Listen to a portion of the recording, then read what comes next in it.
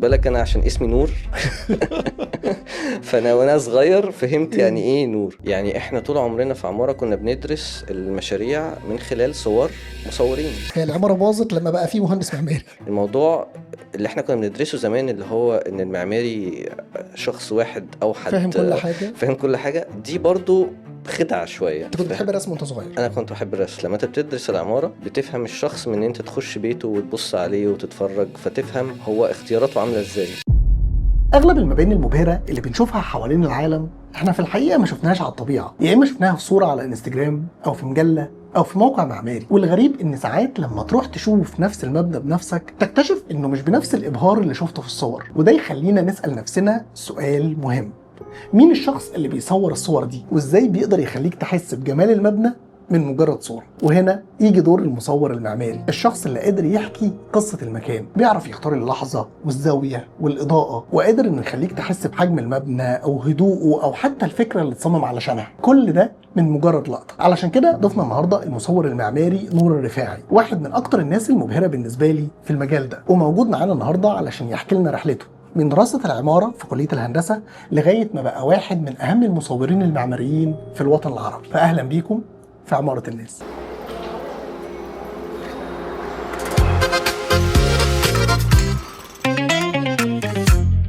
تنويه سريع للي بيسمعوا الحلقة صوت بس. الحلقة دي فيها صور ولقطات مهمة هتضيف جدا للتجربة، فلو حابين تعيشوا التجربة كاملة شوفوا النسخة الفيديو على يوتيوب. ازيك يا مستر نور؟ الحمد لله ايه كله تمام. اخبارك؟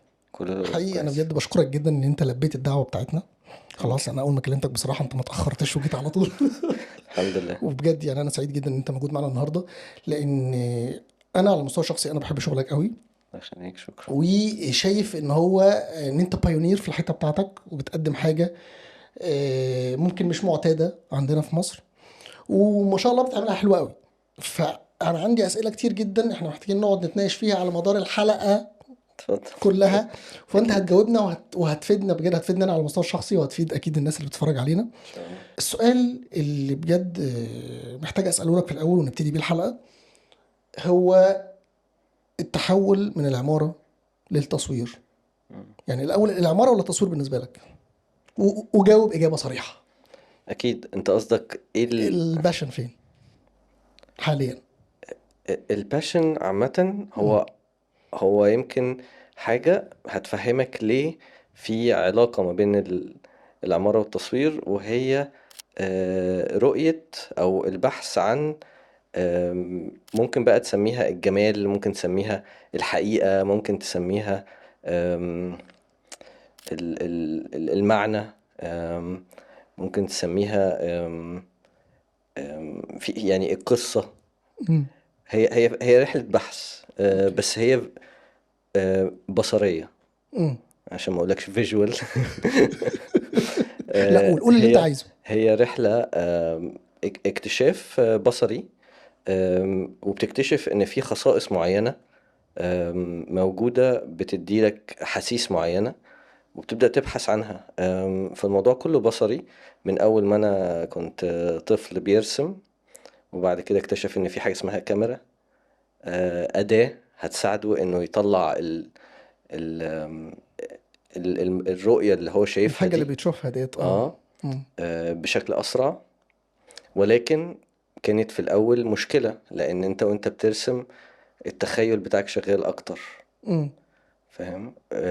لما بتصور أنت محكم بحاجات بقى اللي هي مفهوم. التقنيات والأفلام زمان طبعا. يعني لما كنت وأنا صغير كنت بصور بأفلام. لا احنا هنيجي للحته بتاعت اه وانت صغير دي، بس انا عايز بس أنا بشرح لك الفكرة مم. إن هي بصرية. يعني حتى مدخلي كان للعمارة كان بشكل بصري اكتر. ما- يعني اكتشفت بقى وانا بدرس العمارة ان انت بتتعامل مع الحواس كلها، طبعا. مش الحاسة اللي انت بتشوفها بس. يعني لا، انت بتتعامل بقى مع حتى احساس الهوا ماشي ازاي وبيجيلك منين، والسمع اللي انت بتسمعه والريحة في المكان. فانت بتتعامل مع الاحاسيس كلها. ولكن المصور بقى هو بيحاول ياخد كل ده ويطلعه في حادثة واحدة. فاهم قصدي؟ ومش بس بقى حاسة واحدة كمان، هي لحظة واحدة. شوت. لحظة مم. من مدد كتير انت عشتها في المكان، وجالك احاسيس مختلفة كتير، فازاي تختصر ده كله في صورة. اوكي. وبعد كمان كده اللي هو بقى النقطة كمان اللي فيها اختصار تاني، هي ان انت في عمق في 3D، وعينك بتشوف، يعني انت عندك عينتين وبتشوف بطريقة مختلفة. انت بتختصر ده كله برضو، اللي هو العمق ده كله، عمق المجال ده كله في صفحة. في حاجه يعني 2 دي. بالظبط. فهو اكتشاف واختصار، اللي هو بيسموه بقى كيوريشن او سيلكشن، اللي هو انت بتختار لحظة معينة، احسن توقيت من وجهة نظرك طبعا، من وجهة نظرك انت واختيارك انت، احسن توقيت، احسن زاوية، آم، احسن جو، احسن اضاءة، وبتطلع في الاخر صورة بتعبر عن المكان، او بتعبر عن مبنى، او بتعبر عن الانفايرمنت اللي هو آه، البيئه البيئة بتاعته. اللي انت عايش فيها. امم. ماشي. وكان دايما اهتمامي ما بين الناس والبيئة اللي هم فيها، مفهوم. افهم الناس وافهم البيئة واشوف العلاقة، ليه البيئة دي ظهرت كده، عشان الناس دول بيفكروا ازاي، ثقافتهم عاملة ازاي، اتربوا ازاي، بيستخدموا المباني ازاي. فده كله كان بالنسبة لي اكتشافات. عارف، بتفهم الناس عن طريق بيئتهم. ساعات لما انت بتدرس العمارة بتفهم الشخص من ان انت تخش بيته وتبص عليه وتتفرج، فتفهم هو اختياراته عاملة ازاي، الالوان اللي قرر يستخدمها، التكتشر اللي هو الملمس او الملمس الخامه. بتاع الحاجة. فالحواس كلها بتفهمها زي ما بتفهم بني ادم كده. ما هو ده برضو بيرجعنا لسؤال انا بيشغلني قوي. انت ازاي عرفت تعمل التحول ده؟ مم. يعني انت دلوقتي، انا هنرجع بقى لهواياتك وانت صغير وتربيتك وكده، بس هو العمارة هي مختلفة كتير عن التصوير، مم. وفي نفس الوقت هم متشابهين جدا. مم. زي ما انت قلت، ده 2 دي وده 3 دي. مم. اوكي. فانت بوجهة نظر معماري، هو انت بتحاول تظهر الحاجة ال 3 دي صح. بس ما هو في 2 دي. بالظبط، هو نقطة التخيل دي اللي هي الايماجينيشن، التخيل، ان انت وانت بتصمم حاجة هي لسه مش موجودة، انت بتحاول تتخيلها طبعا. قبل ما تتوجد، فاهم؟ وتتخيل لما الشمس هتتحرك الظل بتاعها هيبقى عامل ازاي، والزاوية هاخدها منين، ولو انا طول ما انا ماشي انا بحس بايه وبشوف ايه. فهي التخيل ده هو كمان نفس التخيل اللي انا كنت بستخدمه وانا برسم. انت كنت بتحب الرسم وانت صغير؟ انا كنت بحب الرسم. قول لي انت من مواليد ايه؟ مكان. مكاني اتولدت في الهرم. في الهرم. امم. اوكي. في يس. منطقة بسيطة متوسطة. يس. تمام. اجتماعية جدا. امم. باباك بيشتغل ايه؟ مهندس معماري، كان فنون جميلة. اصلا انت يا باشا انت اسرة معمارية. اه. ف... فانت هم من وانت صغير هم بيقنعوك ان. مش بيقنعوني، بس انا شايف ان في حاجة، بس هو برضو خد بالك لما اشتغل اكتر في الانشاء، مم. مش مع ان هو جاي من اللي بنسميها الحتة الفنية اكتر. مم. يعني فنون جميلة بيركزوا على الجزء الجزء الفني الفني اكتر، طبعا. مم. ولكن في شغله هو اشتغل انشائي اكتر. مم. ولكن انا هو كان دايما شايف ان انا بحب الرسم وبحب التصوير يعني ده كان وما ظاهر كانش. من وانت اه من صغير. وانا عندي 12 سنة، الرسم من وانا عندي 6 سنين 5 سنين برسم. مم. وبنتي دلوقتي كده نفس ماشية في نفس المجال. اوكي. ودي حاجة بتبان لان انا عندي توينز، انا عندي توأم، مم. ولد وبنت. واضح قوي ان البنت واخدة الحتة دي عندي، اللي هي الولد في حتة تانية شوية جيمز بقى وكورة. غير الجيمز. ولا عنده كمان الحواس تانية شغالة اكتر، مم. يعني الحس السمعي عنده مثلا مميز، هي بصرية واضحة جدا يعني. عندها قد ايه؟ هما الاتنين 11 سنة دلوقتي. 11 سنة. اه يعني بدأ مم. يظهر عليهم حاجات كتير دلوقتي. اه. وظاهر من برضه في نفس الوقت اللي هو 7 8 سنين. مم. بترسم، ودلوقتي بترسم بقى المانجا، الحاجات اللي هي الياباني، مم. الستايل ده يعني بدأت ترسمه. بس هي بترسم كل أنواع الرسم. وبدأت أنزلها كده تشوف أنا بعمل إيه ساعات. حلو جدا. اه. ما ده جزء من الإقناع على فكرة. يعني باباك أكيد صح. كان بينزلك زمان بينزلني الشغل. صح صح. انت لو فكرت فيها كده، هي طبيعي ان الوالد او البيرنت اللي هو الاب او الام بيحاول انه يوري ابنائه البيئة اللي هو بيتعامل اه، فيها، من غير او ما يقصد، هو مش بالضروره خالص يكون عايزهم يطلعوا مش زيه. بالظبط، هو مم. بيبقى عايز انه يوريهم حاجة هو سهل ليه الاكسس بتاعها، وانه يشوف جزء معين من الشغل، او ممكن يستفيد حاجات تانية خالص غير المجال نفسه. مم. انه يستفيد مثلا انك يبقى عندك مسؤولية، انك انت تروح في ميعادك، ان انت بتتعامل مع ناس تانية محتاجة حاجة معينة انت بتقدمها لهم. مم. فدي كلها حاجات ممكن بتبقى هدفك كده، مش هدفك دايما اللي هو الصريح، اللي ان هو انت انت لازم تبقى تجبرهم، لا لا لا لا انت لازم خالص. تاخد الراية لا والكلام ده. لا لا لا خالص. بس انا ما كنتش مقرر وانا بخش الجامعة يعني ان لازم هتبقى عمارة. لا لا لا، هو انا عايزين نرجع بس لمرحله ان انت دلوقتي في اه ابتدائي واعدادي، انت صح، بتحب الرسم. بالظبط، اول والتصوير يعني لسه هسالك، اول كاميرا جات لك الكاميرا امتى؟ من سن 12 سنة. 12 سنه. اه، دي الكاميرا طبعا ما كانش فيه كاميرا طبعا فيلم، كاميرا الفيلم. فيلم اوكي. وكنت بتعرف تستخدمها طبعا. وكنت حابب الفكره. اه، يعني بس ما كنتش بحمض لنفسي مش طبعا. مهم، بس لا اه، بتعرف تصور. انا عندي طيب صور بالظبط. ليا بالكاميرا ديت، انا مش عايز اقول لك الكومبوزيشن بتاعها كان عامل ازاي. ايوه بيصوروا الكرسي وانا جنب الكرسي كده.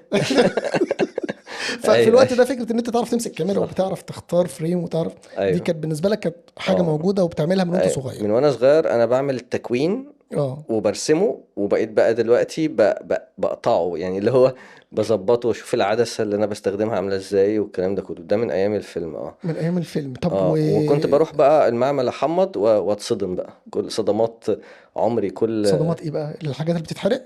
حاجات بتتحرق، حاجات هو المعمل بيحط فيها لون معين، الالوان ما بتظبطش زي ما انا كنت متخيلها. خد مم. بالك برضو التخيل، انت لما بتصور حاجة وهي انت شفتها في لحظة التصوير بس انت ما شفتهاش على الكاميرا، يعني ما فيش بقى السكرين والشاشات والكلام ده، انت مم. الفايندر هو انت فايندر وخدت الصورة وانت متخيلها بطريقة معينة. بتشوفها بعد كده بقى بألوان تانية، بمشاكل تانية، بس يعني كنا بنتعلم كده، يعني كانت الحاجة اللي انت بتغلط فيها بتتعلمها صح قوي، لأن هي الغلطة بمشكلة يعني كان بفورة. عندك هوايات ايه تاني وانت صغير؟ كنت بلعب تنس.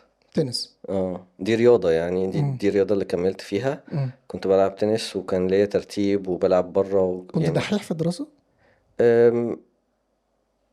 يعني انت تقدر تقول ان انا كنت معتمد ده في ثانوية عامة وكده يعني. اه، على مدار دراستك عادي، لو عايز تقسمهم لمراحل ابتدائي اعدادي انا ثانوي عادي، اه لان كلنا بنختلف يعني في الاوقات دي. صح. لا طبعا انا بالنسبه لدفعتي كنت بيتقال عليا دحيح، لان انا بس لما تيجي تبص على عدد الساعات اللي انا بذاكر فيها مم. ما كانت محدوده جدا، لان انا كنت بلعب ساعات كنا بنتمرن مرتين تنس في اليوم، وانا راجع من المدرسه الساعه 3 مثلا، ولسه هلعب مرتين تنس ولسه عايز اذاكر، انت فاهم. فبس في الثانويه العامه لا، جبت نتيجه لو اي حد سمعها يقول عليك دحاح وش يعني. اوكي. وبعدين بس جبت تفوق رياضي برضو، فده مم. برضو علاني، بس حتى من غير التفوق الرياضي دخلت هندسة القاهرة. القاهرة. دخلت والدي كان عايز يدخلني الاي يو سي، مم. بس ساعتها ما كانش فيها عمارة، اه دي حقيقة فعلا. مم. كانت كونستراكشن مم. بس انشائي بس. فقلت له بصراحة انا لو انا حابب العمارة. كنت حاببها من قبل ما تخش هندسة؟ اه، قلت له انا عايز العمارة مم. وقلت له بس انا برضو اعدادي هندسة هتديني سنة كمان اقدر اقرر فيها. اه دخلنا كلنا، انا عن نفسي دخلت خبطت، ما كنتش اعرف موضوع بالظبط، عمارة ده. بالظبط. لا بس انا كنت عارف ان انا لو دخلت الاي يو سي كنت هبقى انشائي، ما مم. كانش فيه الاوبشن. مم. لكن في جامعة القاهرة كان عندي الاوبشن، كان عندي different options، يعني انا كنت جات لي فترة بفكر في كهرباء، اوكي. وجات لي فترة بفكر في كمبيوتر ساينس. بس بقى وانت في اعدادي هندسة بيجي لك بقى مادة اسمها الرسم الهندسي. طبعا. اوكي. دي بالنسبة لي مع انها ملهاش علاقة بعمارة، بس هي صدقني. ميكانيكي، اه بس ولكن انا بقى حسيت بالتخيل ده بقى 100% يعني. انا كنت فاكر ان انا رسم هندسي خلاص يبقى انا شاطر هخش عمارة، دخلت عمارة ما قابلتش الرسم الهندسي ده تاني. صح، بس هو بس بتقابل وصفية. ف... لا ف... اتلغت على ايامي. والله لا هو خالص. وصفية كنت بحبها جدا، امم. لأن بقعد تتخيل كل حاجة، هي كلها مبنية على التخيل، وفي بقى الظل ومنظور. طبعا. المواد دي التلات مواد دول أنا بالنسبة لي دول كانوا لعبتي يعني، الحاجة اللي أنا بحبها وشاطر جدا فيها. لدرجة أنا فاكر في أولى عمارة اللي هو لسه ما معرفش حاجة، أولى عمارة لسه بندرس اه. يعني. وبدأنا في بداية أول المادة اللي هي ظل ومنظور، بنبدأ نرسم منظور، أول منظور أرسمه. وبعد ما رسمته فبوريه للمعيدة، بقول لها ايه الاخبار، اشرحي لي انا ماشي كويس، صح غلط اي حاجة. تنحت شوية كده وقالت لي لا انت اللي تقول لي انت صح ولا غلط. فانا انا ما كنتش فاهم ان محتفظ بالحاجات دي؟ في مشاريع محتفظ بيها، بس اول سكتشات ظل ومنظور طبعا كانت بتتاخد ومش بنشوفها دي. اوكي، بس كبت. اه الكليه خدتها مشاريع بقى خلاص. الحمد لله اه. جبت اغلبها. بس انا قصدي اللي انا بشرحه لك ان انا ما كنتش عارف انا فين يعني، فاهم يعني. انا عارف ان انا بحب التخيل وبحب ارسم والكلام ده كله، بس لما بدأت ارسم بقى منظور وده خلاني بقى، خد بالك من حاجة، ده خلاني ان انا ما اتعلمش اصلا كمبيوتر، يعني ما اتعلمش 3D ماكس، ما اتعلمش اي حاجة داخل فيها كمبيوتر في ال5 سنين بتوع عمارة، لان كانت قوتي هي ان انا برسم بايدي. اوكي. فاهم اه قصدي؟ اه اه. فاي حاجة برسمها بايدي اللي هو الناس ايه ده، واو انت راسم دي بايدك. يا جماعة طب ممكن نتكلم في التصميم، مش في مش في التكنيكاليتي، مش في جودة الرسم. أمم. يعني جودة الرسم هي كانت عنصر من الحاجات اللي بيدوني عليها درجة. آه، وممكن اشوف ناس تانية عندها افكار تصميمية حلوة جدا بس هم مش عارفين يظهروها. أمم. فساعدهم شوية اقول لهم لا ممكن تاخد المنظور ده من الناحية دي وكده. وساعد واشتغل بقى على اركيكاد، اشتغل على اوتوكاد، اشتغل على 3 دي ماكس عشان تبين فكرتك. انت أمم. عندك فكرة حلوة بس مش عارف تبينها، فاهم قصدي؟ فاهم. فدي كانت مشاكل ناس في دفعتي كتير. انا كانت اي فكرة ولو بسيطة أنا هظهرها بشكل تحفة، اللي هو كانت البرزنتيشن أو الإظهار ده بالنسبة لي. وعلى فكرة بقى لما اتخرجت ورحت درست شوية كنت تيتشنج اسيستنت في الاي سي، أمم. خلوني أنا أركز على إزاي أعلم الطلبة يظهروا حاجتهم، يظهروا مشاريعهم. أمم. فيجوال، الموضوع كله فيجوال، فاهم قصدي؟ اوكي. وإن أنت تقولي الفكرة أنا أتخيل إزاي ممكن نظهرها بشكل أفضل. مش بيفكرك ده بالتصوير؟ بالظبط، هو ده كل ده هينعكس بعد كده على كل ده التصوير. بينعكس على التصوير، ان اه. انت في مبنى قدامك او في structure او في حتى برودكت، مش شرط اللي هو اي حاجة، أمم. كوباية قدامك، أمم.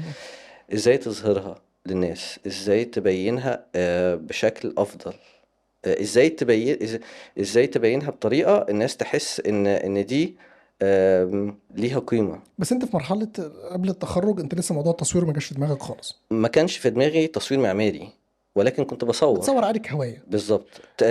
سفر، بصور اي، بوثق اي حاجة حواليا. ممكن تكون حتى بصور ورد يعني، فاهم؟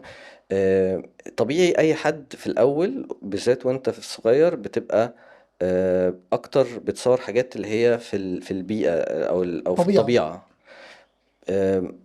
مستوحى يعني كل حاجة بتبقى مستوحاة من الطبيعة بعد كده في الاول بالذات يعني. وبعد كده بقى بتخش على الحتة اللي هي ايه البرودكتس او المان ميد اللي هو الصنع الانساني يعني. أمم. أمم. آم، وكنت دايما بحاول اشوف ايه الخصائص اللي موجودة في الطبيعة، اللي هي لما بتتوجد في حاجة من صنع الانسان بتبقى ليها فاليو او ليها قيمة جمالية. أمم. فده بحث، برضو بحث عن خصائص الجمال او الخصائص اللي هي بنسميها خصائص الحياة أمم. عامة، اللي هي موجودة في الطبيعة. كل شيء حي يعني في جمال معين، واحنا عشان احنا بني ادمين احنا جزء من الطبيعة واحنا عندنا الحياة دي. فاحنا بنحس بنريليت ليها يعني عارف أمم. بتلمس معانا. لما تاخد شوية خصائص من الطبيعة دي وتحطها في التصميم بتاعك او في المنتج بتاعك، الناس بتلمس معاها اكتر. ده ببساطة يعني. انا كان عندي حاجه كده دايما بعملها وانا قبل ما اتخرج وانا طالب. طبعا السكتش المبهر دايما بيكسب. امم. اوكي، ان انت تعمل خطوط حلوه فدايما بتكسب.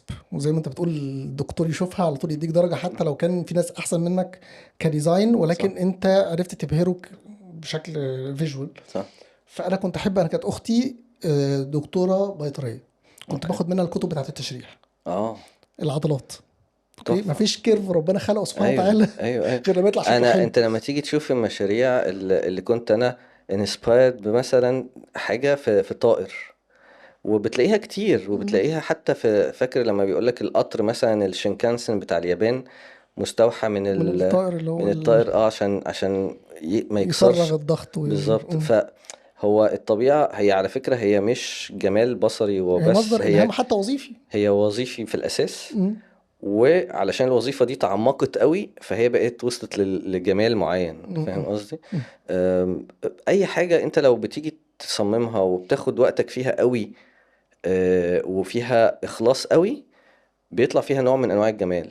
إحنا مش بنحب بس الإخلاص، إحنا بنحب المنتج كمان مم. لأن بتشوف فيه حاجة. أم، لأن الاستسهال هو اللي بيخليك تعمل الحاجة اللي هي مش بتلمس معانا. نشقلب وقلب. بس هو قصدي استسهال بقى في كل المجالات، طبعا انا يعني فاهم. في كل الخصائص. استسهال انك تاخد مادة معينة، استسهال انك تاخد كرسي بشكل اتحط في مليون ألف حتة، استسهال في كل حاجة في التصميم. هي دي اللي في الآخر بتوصل لمنتج مش انت مش بتفتكره، فاهم؟ ماشي، انت كده لما اتخرجت اشتغلت مم. في العمارة اه قد ايه؟ اشتغلت. انت قلت لي انت درست في الاي سي، قعدت قد ايه بتدرس؟ انا درست في كذا جامعة الحقيقة. امم. آه، اول ما اتخرجت كنت بعمل كذا حاجه. امم. اولا كنت بدات اصور مشاريع للدكاتره بتوعي.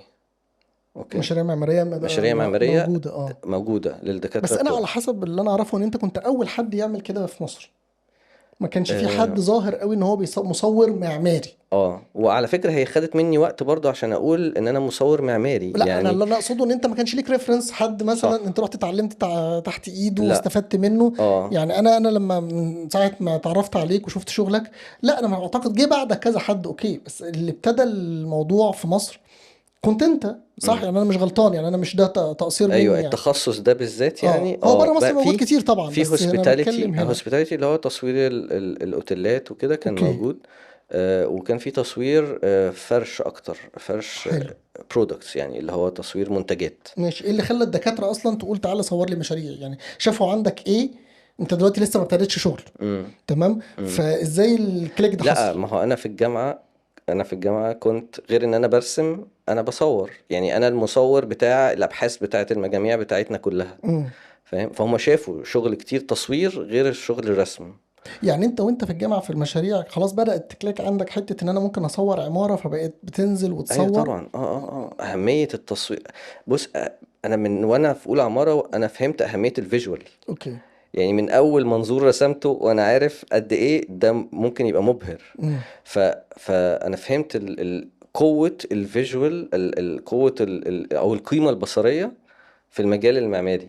فاهم ماشي. قصدك. امم. وده بيخلي الناس تتغاضى او تنسى حاجات تانية، وده دايما اللي انا بقعد افكره للناس. يا جماعة هو مش المشروع صورة. مش صوره حلوه. انت مش بتصمم صورة، لا انت في المعماري. وده انا ما كملتش معماري لان صعبة جدا ان انت بتعمل كل الحاجات دي، ان انت بتتعامل مع كل الاسبكتس الابعاد. السنسز. انت امم. بتتعامل مع حواس كتير جدا، وبتتعامل مع تخصصات كتير جدا. ما ينفعش يعني المعماري يبقى فاهم في الشجر، وفاهم في الماتيريالز كلها، وفاهم في كل مبنى، فاهم في المستشفى بتشتغل ازاي والبنك بيشتغل ازاي. عشان كده بيحصل تخصصات، ان حد مثلا بيتخصص في تصميم مستشفيات، فاهم؟ امم. وبعد كده تلاقي شركات وتلاقي تحتها معماريين كتير. يعني الموضوع اللي احنا كنا بندرسه زمان اللي هو ان المعماري شخص واحد او حد فاهم كل حاجه. فاهم كل حاجة، دي برضو خدعة شوية. امم. علشان كان الكريدت كله بيتاخد او يعني الكريدت اللي هو إيه، اللي هو الكريدت، اللي هو الفضل. الفضل كله يتاخد لاسم واحد، اللي هو دلوقتي بيسموه فكرة الستار الستار اركيتكتري. اركتكت. دي يعني بتخدع الناس بالذات الطلبة، لأن بنفتكر إن هو أنا هبقى كده شخص واحد بيعمل كل حاجة، وبتغذي الإيجو بتاع البني آدم اللي هو أنا لأ، هي مش لوحة. لو أنت فنان بتعمل لوحة ماشي بتاخد الفضل بتاعها، لكن المعماري بيعمل حاجات كتير جدا وبيتخش مع تخصصات كتير جدا، فبتلاقي الفضل ده بيتوزع على ناس كتير جدا. وده الطبيعي، وده اللي المفروض يحصل. ان مشروع لما تيجي تبص عليه ما تقولش اسم واحد يعني. امم. يبقى فيه ناس كتير قوي اشتغلت عليه وفكرت فيه. ممكن الفكرة الأصلية تمام، يبقى دي الحتة الفنية في الموضوع، لكن في حاجات كتير قوي تكنيكال بقى دخلت في المشروع. بس انا دايما بشوف حته ايه، مم. يعني مثلا لو هنتكلم في الميوزك، مم. هانز زيمر مم. اوكي، ما هو بياخد الفضل في كل الاحيان، تمام. بس ولكن هل هو اللي بيعمل اللحن لوحده؟ بس بس في في الثقافه المجتمعيه، ده اللي انا عايز اه اقوله، هو في ايوه. الثقافه المجتمعيه انت حتى لو سالت هانز زيمر هو مش هينسب الفضل لنفسه. مم. اوكي، والناس كلها عارفه ده لحن هانز زيمر، لان هو اللي خلينا نقول اللي هو المؤلف وهو مم. اللي بيدير المجموعه. ايوه. ولكن هم مقدرين حتى لو من غير ما يعلنوا ده، مقدرين قيمه ان كل واحد شغال. انما ايوه. الوضع عندنا احنا مختلف. ايوه. هو فعلا الاركتكت بيطلع يقول انا اللي عملت، وهو مقتنع ان هو اللي عمل، وكل الناس حواليه فاهمين مم. ان هو الوحيد اللي عمل. مم. تمام، فدي لا المشكله بس في الاساسيه. حاجات، يعني في تخصصات، يعني ان انت بتعمل لحن موسيقي، في حاجات تبقى ابسط. امم العمارة عامة هي، لا هي أكبر بكتير بالظبط. من بني آدم واحد، يعني امم ده رأيي، يعني ممكن لا لا لا، الناس وصح تختلف جدا، معايا. لا طبعا صح جدا. لكن كان في عمارة قبل ما يبقى في اركيتكت، وكان في طول الوقت عمارة احنا مش بننسبها لبني آدم واحد، مش كانت بننسبها موجودة. لبني ادم اصلا. اه فانت عندك بتطلع يعني بتطلع عمارة من المجتمع، من مجتمع، بالظبط. من احتياج، من ودي احسن عماره بتطلع. انا لسه كنت بقول لك ايه يعني. جوه، هي العماره باظت لما بقى في مهندس معماري. لما بقى في فكرة ان انا هعمل كل حاجة، دي مش منطقية. انت مم. هيبقى عندك ميزة معينة، او هيبقى عندك حتة معينة بتميزك، ان انت عندك فهم معين عن، زي ما انت قلت مثلا، فهم عن تشريح البني ادم او تشريح الحيوانات، فبتستوحى منها حاجات معينة، فتبقى دي الحتة اللي احنا بنقدرها. فاهم؟ ولكن بعد ما بتعمل ده، في بقى المشروع ده لازم مم. يعيش، لازم يخدم الناس بطريقة المجتمع. معينة، وهتطلع مشاريع جنبيه حواليه، في شغل، في انت فكر تاني، انت ويعني. كنت بتقول لي ان مم. دي من الحاجات اللي ما خليتكش تعرف تكمل في عماره. ان انا حسيت ان انا القوة عندي، والحاجة اللي انا حابب اعملها، ان انا آم، ازاي بقى اشوف المشروع ده، او الحاجة دي، او البيئة دي بطرق مختلفة. مم. يعني احنا طول عمرنا في عمارة كنا بندرس المشاريع من خلال صور مصورين، صح؟ مم. ما كنتش بروح ازور سيدني في استراليا مثلا. اكيد. يعني فاوبرا سيدني مثلا شفتها من خلال صور معماريين، مصورين معماريين. اوكي. ولكن بعد ما تكتشف ان في صور لاوبرا سيدني انا عمري ما شفتها في حياتي، علشان الناس دايما بتصورها بطريقة معينة، دي فتحت حاجة في دماغي، اللي هو لأ، هو انت في قصة أعمق من صورة واحدة، انت ممكن تشوفها بطرق مختلفة، ممكن تحكيها. يعني هي لغة في النهاية، اللغة البصرية اللي هي احنا كلنا عايشين فيها دلوقتي.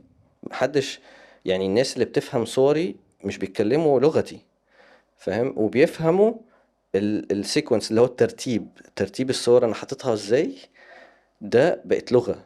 مم. ودي يمكن الحاجة اللي أنا اتعلمتها بقى بشكل من شخص محدد، اللي هي إزاي تحكي قصة بالصور، من مصور مش معماري أصلا، مصور وثائقي ومصور حروب اسمه عباس. ده هندي. هندي، مم. مم. لا سوري، إيراني. ايراني، انا اسف، صح إيراني، بس أنا قابلته في الهند عشان كده مم. اتلخبط.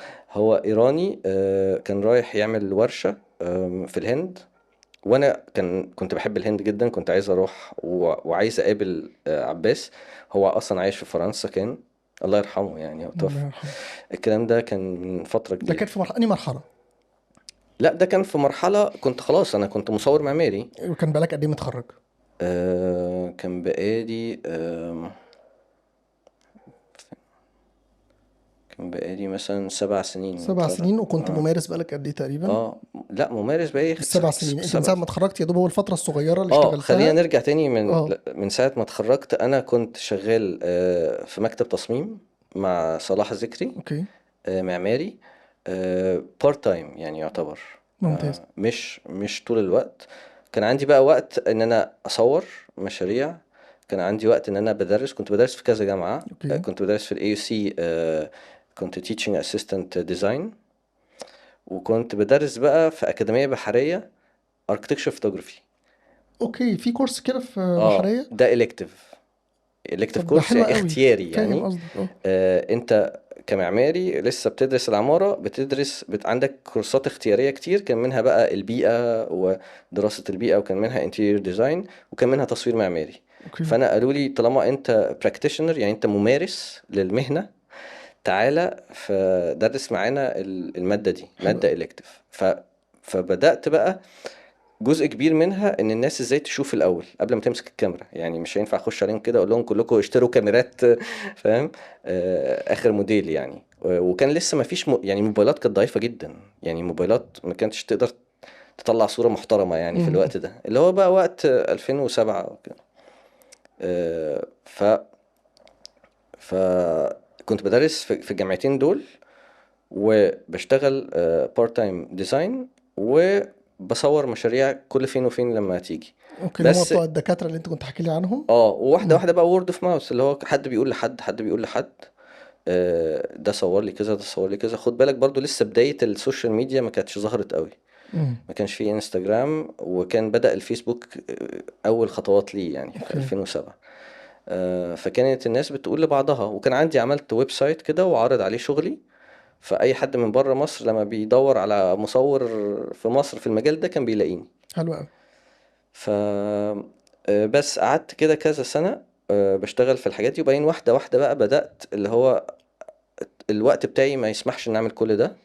فمثلا الاي سي مثلا قالوا لي تعالى اعمل اوفر تايم، قلت لهم لا مش هقدر اعمل اوفر تايم، ومش هقدر اقعد اكتر بعد مواعيد العمل في الجامعة يعني. مم. طبعا كان في ناس غيري ديديكيتد جدا للتدريس، هم دول اللي كملوا، وانا طبعا قلت لهم لا مش هقدر، وسبت ده الجامعة دي. قعدت في أكاديمية بحرية مثلا 5 سنين بدرس المادة دي. أنا حاببها، وكنت بحس إن الطلبة فعلا بتستفاد، لأن أنا باخدهم بقى بلف بيهم. مم. بروح بقى مكتبة اسكندرية، بروح دمياط ورشيد، بنلف وبنروح كنا بننزل وسط البلد قبل طبعا أي حاجة تحصل في البلد يعني سياسية. مم. كنا بننزل حتى الفجر كمان، بفهمهم يعني إيه بقى فرق الضوء. إن أنت بترسم بالضوء. خد بالك انا عشان اسمي نور فانا وانا صغير فهمت يعني يعني ايه نور. هو لما مم. بيقول في كده مثل بيقول لك من اسم الشخص باين فيه ليه نصيب منه. ليه نصيب منه. لا، هي الفكرة مش كده، هي الفكرة ان وهو صغير هو بيسأل انا اسمي ده معناه ايه فهو بيفهم معنى قبل ناس تانية. فاهم. يعني فاهم قصدي يعني، مم. او بيحاول يبحث في حتة الناس التانية بتبحث فيها في اوكي. الوقت الصغير ده. فده بيأثر فيه. فانت انك تبحث عن الضوء وانت صغير، ومعنى النور وبيعمل ايه النور والكلام ده، مم. بتفرق فيجوال يعني. فكنت مثلا اخدهم الفجر في وسط البلد. واحدة من اهم الصور بتاعتي اللي انا بعتبرها يعني اهم صورة ليا، هي كانت انعكاس على مراية، حد شايل عجل يعني، حد راكب عجلة وشايل مراية كبيرة قوي، وعكسة مبنى ورايا من وسط البلد. مم. ودي بحس فيها ان هي فيها علاقة ما بين التوثيق، وما بين العمارة، وما بين اللحظة، وما بين الضوء والانعكاس والكل يعني. عارف لما بتبقى في عوامل كتير قوي. هتبعت لنا الحاجات دي نعرضها؟ الصورة دي مشهورة جدا، الصورة لازم دي تبعتها لي، لازم نعرضها في كلام. ابعتها لك حاضر اوكي. شوف. دي صورة يعني انا كسبت عليها مسابقة، جايزة في برشلونة. اوكي. وعلى حسها رحت قعدت اسبوع في برشلونة بلف على مشاريع بتاعت جاودي. اوكي. فكان ليها تأثير عليا في الوقت ده.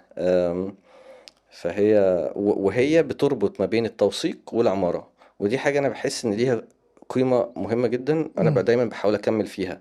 يعني لما مثلا جالي المشروع بتاع توثيق الشغل بتاع رمسيس ويصا واصف، الله. كان حاجة بالنسبة لي مهمة انا في جدا. صورة مشهورة قوي برضو، اعتقد اتطبعت على كتاب، على غلاف كتاب ما هو باين. الكتاب كله ده الصور بتاعتي. اوكي، اه، فانا هو فاكرها. كان توثيق للكتاب ده. مم.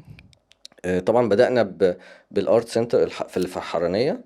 وبعد كده بقى لفينا على المشاريع بتاعته كلها. مم. كان بحث قوي يعني اتعمل، مش انا اللي عملته طبعا، الاوثرز اللي هم بتوع الكتاب. انا كنت الشخص اللي بيطلع الفيجوالز، المصور اللي بيطلع لهم الصورة من كل المشاريع دي. مم. فقيس على ده بقى أهمية إنك أنت بتوثق مباني.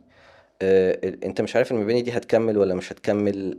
هي بعد كتير من السنين بتبقى هي دي التراث اللي الناس بتشوف. الناس دي كانت عايشة كده، دي المباني بتاعتها. فاهم انت قصدي؟ عارف برشلونة بافيليون؟ سوري. برشلونة بافيليون ده اللي هو كان في بتاع ميس فان رو، كان اتعمل. اللي هو يس اللي يس كان. يس عديت عليه ده صورته. ده اصلا لو تعرف قصته، هو كان المعرض الالماني اوكي. في برشلونة. تمام. تمام، هو معرض كده بيتعمل كل كذا سنة. مم. فده البوث بتاع ألمانيا اللي هو يقعد أسبوعين وتهد. اوكي. يعني انت المبنى اللي يعني انت ده كان زرته المفروض ده حاجة يقعد فترة وتهد، صغيرة. اتهد فعلا. اه. اوكي. اوكي. بعد كام سنة اعتقد الكلام ده حصل، اعتقد انا مش متذكر قوي، في الثلاثينات. مم. ف... فالبافليون ده بعد كام سنة، في السبعينات، قالوا يا جماعة احنا هدينا حاجة مهمة جدا، مم. احنا هنرجع تاني نبنيها اوكي. ونخليه موجود. طب هما رجعوا بنوه ازاي؟ من الصور اللي اتاخدت له. مم. فهمت؟ الرسومات والصور ايوه. كان ليها دور كبير جدا طبعا. انها تطلع نفس الحاجة اللي طلعت طبعا. قبل كده. اوكي. فلا، هو زي ما انت كنت بتقول، هو التصوير المبنى ممكن ما يكملش، بس مم. الصورة هي فعلا مكملة. ايوه ايوه. هي ده التراث. حتى انت كنت لسه بتحكي لي ان انت كنت موثق جزء مع دكتور سامي صبري له صح. علاقة بالكنايس. صح. فلا، ده حاجة مهمة جدا جدا اللي انت بتعمله، وليه قيمة كبيرة. فعشان كده انا عايز ارجع بقى، خلاص احنا مشينا دلوقتي في السكة الطريق واضح، مم. تمام، مم. نرجع لعباس. عباس هو اللي فهمني يعني ايه تحكي قصة بالصور. لان خد بالك انا كنت ساعتها اللي هو الفنان اللي بيطلع صورة واحدة حلوة، حلو. ماشي، وبعد كده اخد صورة تانية خالص ملهاش علاقة بالصورة الاولانية، ماشي.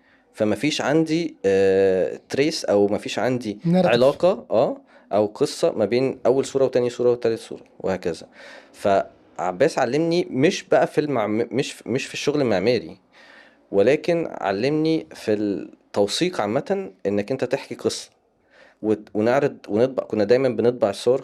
هو شخص برضو بعيد عن التكنولوجيا شوية، فكان كل الصور اللي احنا بنختارها بتطبع ونحطها على ترابيزة كبيرة كده ونقعد نقول ليه بنبدأ بدي، ليه بنبدأ بدي. النقاش ده هو اللي علمني حاجة اقدر انا اطبقها بقى في المجال بتاعي. هو كان عارف ان انا تخصصي تصوير معماري، وكان دايما لما بينزلني في حتة، يعني كنا في اولد ديلي، في مدينة دالي.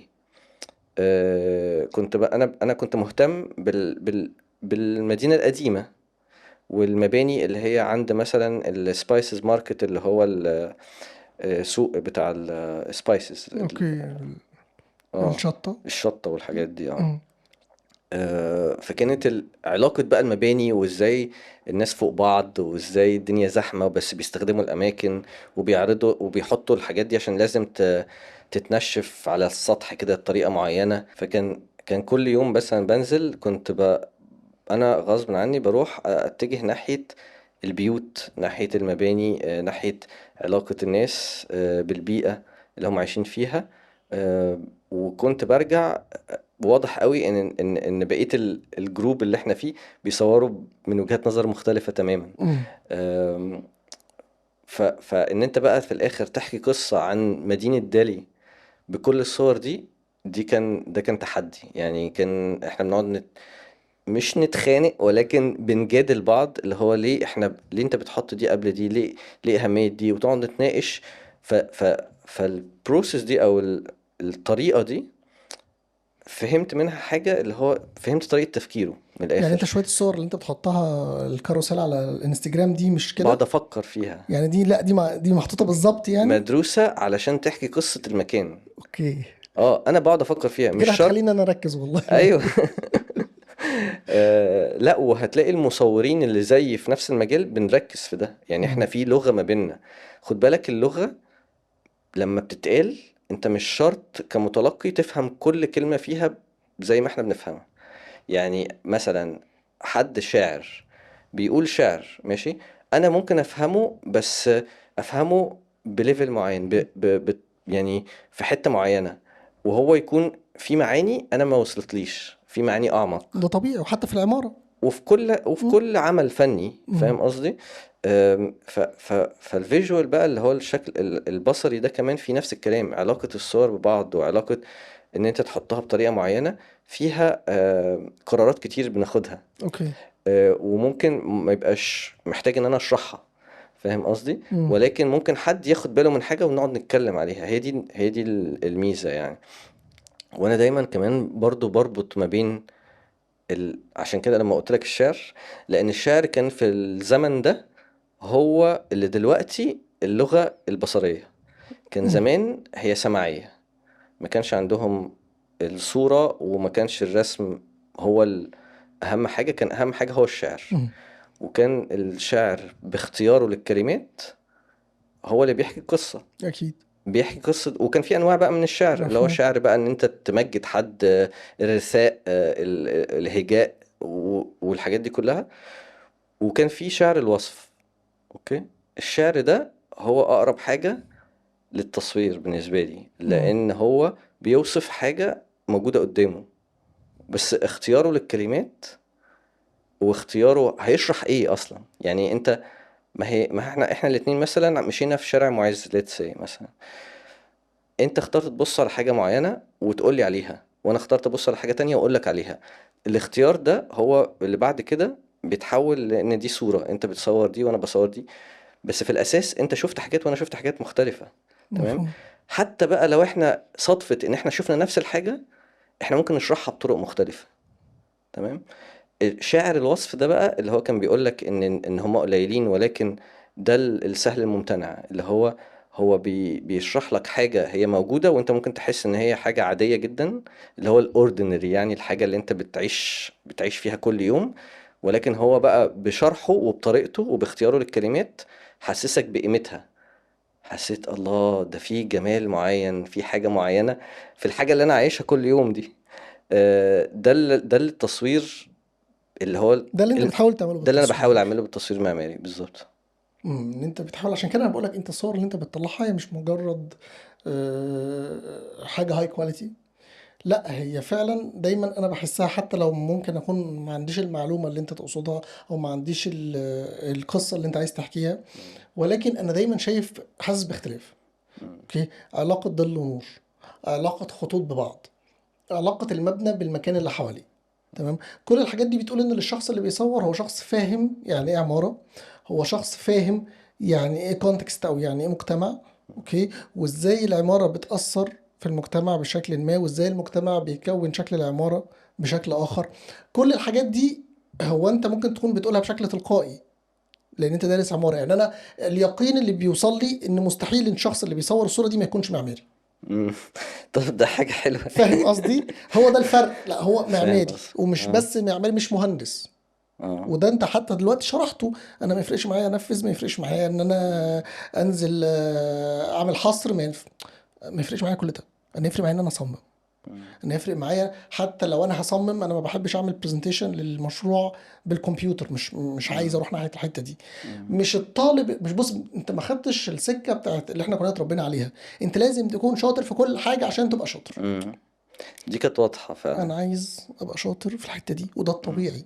مم. مفيش حد في الدنيا بيبقى شاطر في اللغه العربيه واللغه الانجليزيه والاحياء ايوه، ايوه. والرياضيات صح. ولا صح. انا دايما على فكرة مخك بيشتغل بطريقه انا وانا معينه. صغير جدي الله يرحمه الله قال يرحمه. لي حاجة بسيطة قوي، واكيد ناس عارفينها، اللي هي اعرف حاجة عن كل حاجة، بس واعرف واعرف كل كل حاجه حاجة عن عن شيء، حاجة. عن كل شيء، وشيء عن وكل شيء بالظبط. عن شيء. هو قالها لي مظبوط. بشكل مبسط بالظبط كمان. جدا، اه. يعني فدي انت ليه بقى بتعرف حاجة عن كل حاجة؟ علشان هتلمسهم بالحاجة بتاعتك أمم. يعني. كل ما انت بتعرف مثلا زي ما انت قلت مثلا التشريح، انت دي حاجة عن حتة، انت مش لازم تفهم كل الطب، بس انت فهمت حاجة او شفتها بشكل طريق، انت ليه شفتها، شفت جمال معين فيها. ممكن اللي بيدرسها نفسه مش شايف الجمال ده، مفهوم. بس عشان انت دارس اصلا عمارة وشايف الحتة الفيجوال فيها، فانت لمست معاك في حاجة. فاهم قصدي؟ ايوه، هو ده فكل بقى مهم. حاجة مثلا اعرف معلومة مثلا عن النباتات، اعرف أمم. معلومة عن اي عن الايروداينامكس. عارف انت دايما تلاقي كل مشروع مثلا آه، مستوحى من حتة معينة، أمم. وبعدين تلاقي الايرو سارينين مثلا لما عمل الجي اف كينيدي، وكان انسبايرد باي الطائر اللي بيطير عشان ايروداينامكس. أمم. فبتلاقي انت ممكن، وفي تلاقي ناس كتير قوي راحت الاندلس مثلا، ساوث اللي هو جنوب اسبانيا، اسبانيا.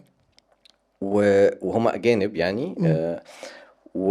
وشافوا جمال ما شافوهوش قبل كده، وبالنسبة لهم بقى هو ده يعني الحاجة اللي عرفوها جديدة، وبدأوا يطبقوها عندهم. ممكن تكون باترن معين، ممكن تكون ألوان معينة. ف... صدقني ايوه، هو ده الكونتريبيوشن. هو مم. عموما الحاجه الجديده اللي بتتقدم هو علاقه حاجتين ببعض. مم. فاهمني؟ يعني انت راجل درست عماره وعندك هوايه هي التصوير. دي في معماريين كتير وفي مصورين كتير. بالظبط. الربط اللي انت عملته هو ده مم. الحاجه المميزه. مم. تمام. انا راجل كنت بحب، طبعا انا راجل درست عماره وبحب الهيستوري جدا وبحب الريسيرش جدا ومش عارف ايه وبحب التصوير السينمائي والفيديوهات، تمام. وكان بحب التمثيل شويه والاخراج شويتين آه. والمونتاج 3 شويات. ايوه. فاللي جمعوا يعني الحاجات دي أنا لما كنت بحبها ما كانش في حاجه اسمها كونتنت. اه. فهمت قصدي؟ فاهم. يعني مفيش حاجه هجمع كل ده مع بعض. اه. بس سبحان الله انت لما عرفت تجمع كل ده خلقت حاجه جديده. هي ممكن تكون يعني في كونتنت كريترز كتير وفي معماريين كتير، بس قليلين اللي فتحوا او زقوا صح. الباب ده. وحتى في رساله الماجستير ورساله الدكتوراه هو انت كل الكونتريبيوشن اللي بتحاول توصله تربط مجالين ببعض. صح. صح. فازاي الربط ده هيحصل؟ مم.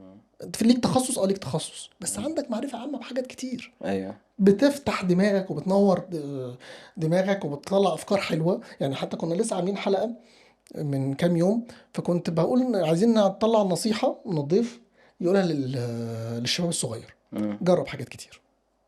صح. هو دور التعليم ان انت يخليك تجرب حاجات كتير عشان توصل لمرحله الكليه انت عارف انت شاطر في ايه ومش شاطر في ايه. صح. بس وبعدين انا بشوف ان العمارة اكتر حاجة هي بتبقى ان هي ممكن حاجات كتير قوي تلمس معاها. يعني لان يعني هي متفرعه، هي هي اصلا انت ممكن متفرعة تشتغل شغلانات كتير قوي وانت بالظبط معماري. بالظبط. فانت عرفت معلومة في تخصص انت ممكن بسهولة تربطه في العمارة، يعني امم اسهل من تخصصات تانية امم اللي هي محددة قوي، اللي هي مثلا كهرباء مثلا. اه فاهم؟ صعب لان تكنيكال قوي لكن انت في العمارة انت بتحتاج تصمم حاجات مختلفة كتير انت وبتحتاج. عايش في عماره وشغال في اه عماره وبتتمشى في بالظبط عماره، بالظبط انت كل حاجه حواليك عماره. بالظبط. فانت فاهمني؟ ممكن تحط المزيكا في العمارة، ممكن مم. تحط اللاندسكيب والحاجات دي في العمارة، ممكن تحط يعني اي تخصص. حتى الناس بتاعت يعني انا في مشروع برضو انترستنج من اول ما اتخرجت، برضو ده مم. اثر فيا شوية اوكي. الصراحة. اول ما اتخرجت اشتغلت في مشروع عن توثيق الحمامات الشعبية. اوكي. اوكي. آم، ده كان مشروع كنت انا شغال شوية ريسيرش مع دكتورة دينا شهيب. اوكي. وبعدين هي خدتني في المشروع ده في الأول على إني معماري، على إني متخرج من عمارة وبساعدها مم. في ريسيرش يعني في بحث معماري. تمام. وبدأنا بالحمامات الشعبية اللي هي في مصر الأول، اللي هي الأثرية القديمة وما كانتش شغالة يعني متهالكة شوية. وبعد كده بدأنا نروح على تركيا، الحمامات الشعبية في تركيا. وبدأت أنا بقى أصور. تمام. تمام. واحدة واحدة قالوا لي لا بص سيبك بقى من الحتة العمارة. هم اللي قالوا لي يعني. اوكي. قالوا لي الكونتريبيوشن بتاعك في البحث المعماري عادي ممكن حد تاني يعمله، ولكن الكونتريبيوشن بتاعك في التصوير هو ده اللي عايزينك تعمله. وبدأت اتكلم مع مين بقى، لقيت ان كمية التخصصات اللي شغالة في البحث دي، اولا هم 9 دول كلهم. البحث فاندد باليوروبيان كوميشن اللي هو حاجة تبع الاتحاد الاوروبي. وفي 9 جنسيات وفي اكتر من 14 تخصص. اوكي. يعني معماريين، urban designers هم مصممين العمران، social science آم، اللي هو السوشيال اللي هو السوشيال ساينس، انا مش هقدر اترجم كل. علم الاجتماع. علم الاجتماع. اه. وازاي بقى بيربطوا علم الاجتماع بالعمارة. يعني كان مثال بسيط مثلا، كنا بنسجل مع واحدة من المغرب، رحنا بعد كده المغرب ورحنا الجزائر. يعني مم. بص هو مشروع اتعمل في كذا حتة، كان وكده المفروض فلسطين موجودة بس معرفناش نروحها للأسف.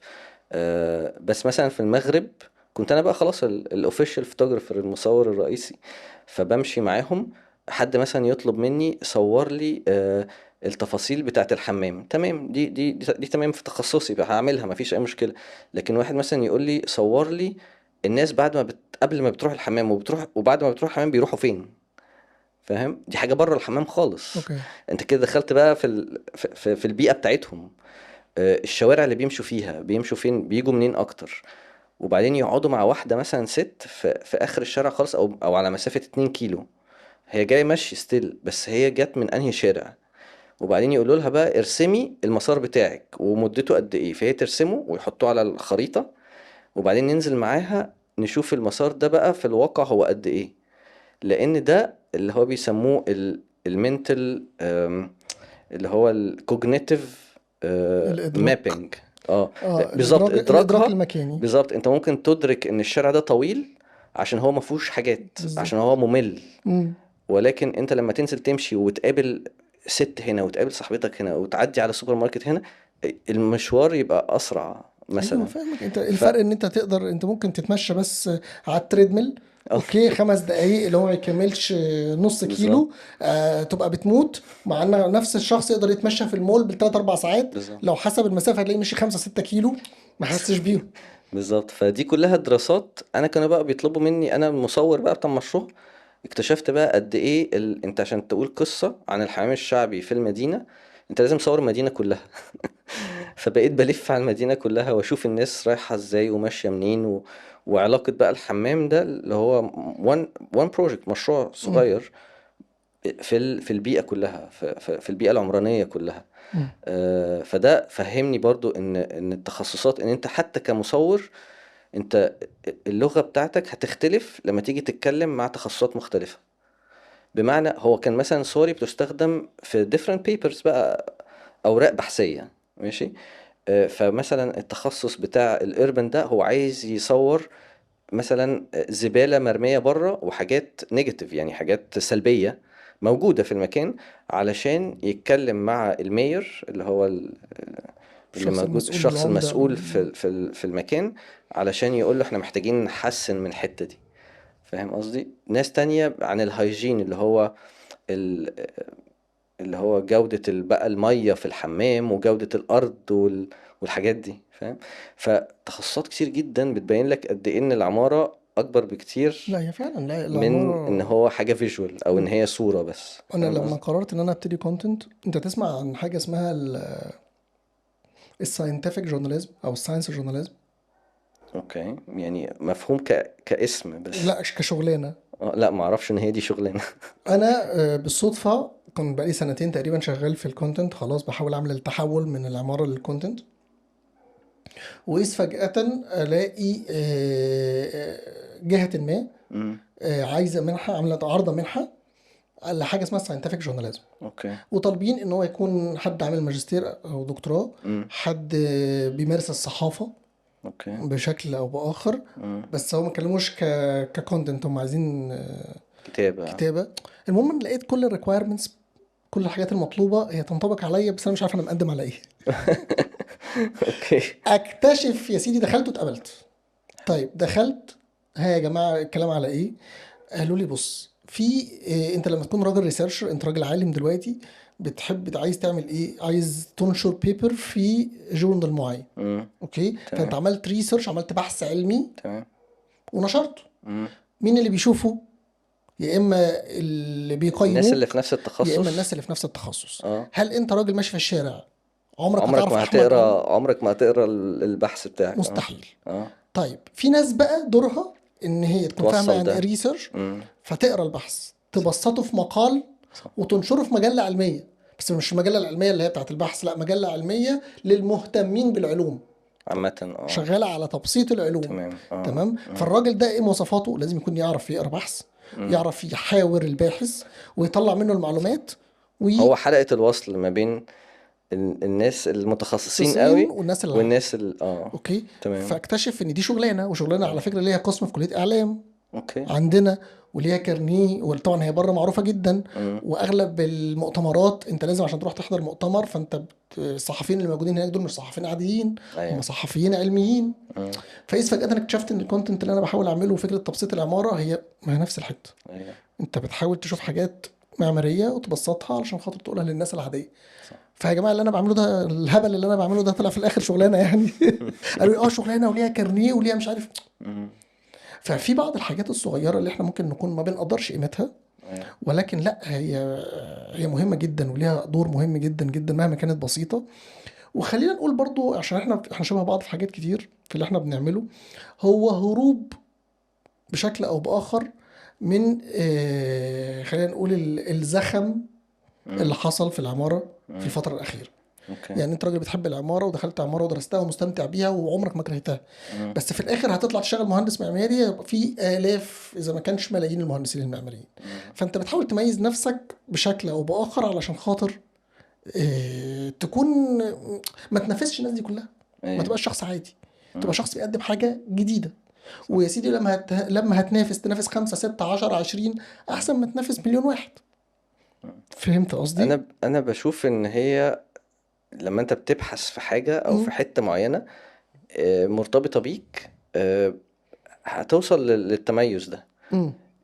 هي بس الناس مش دايما بتكمل يعني. ده طبيعي. يعني فاهم، يعني بتحس ان لا، انا في طريق مثلا مش باين له. يعني الناس بتبقى دايما عايزة تمشي في طريق هو شايف نهايته.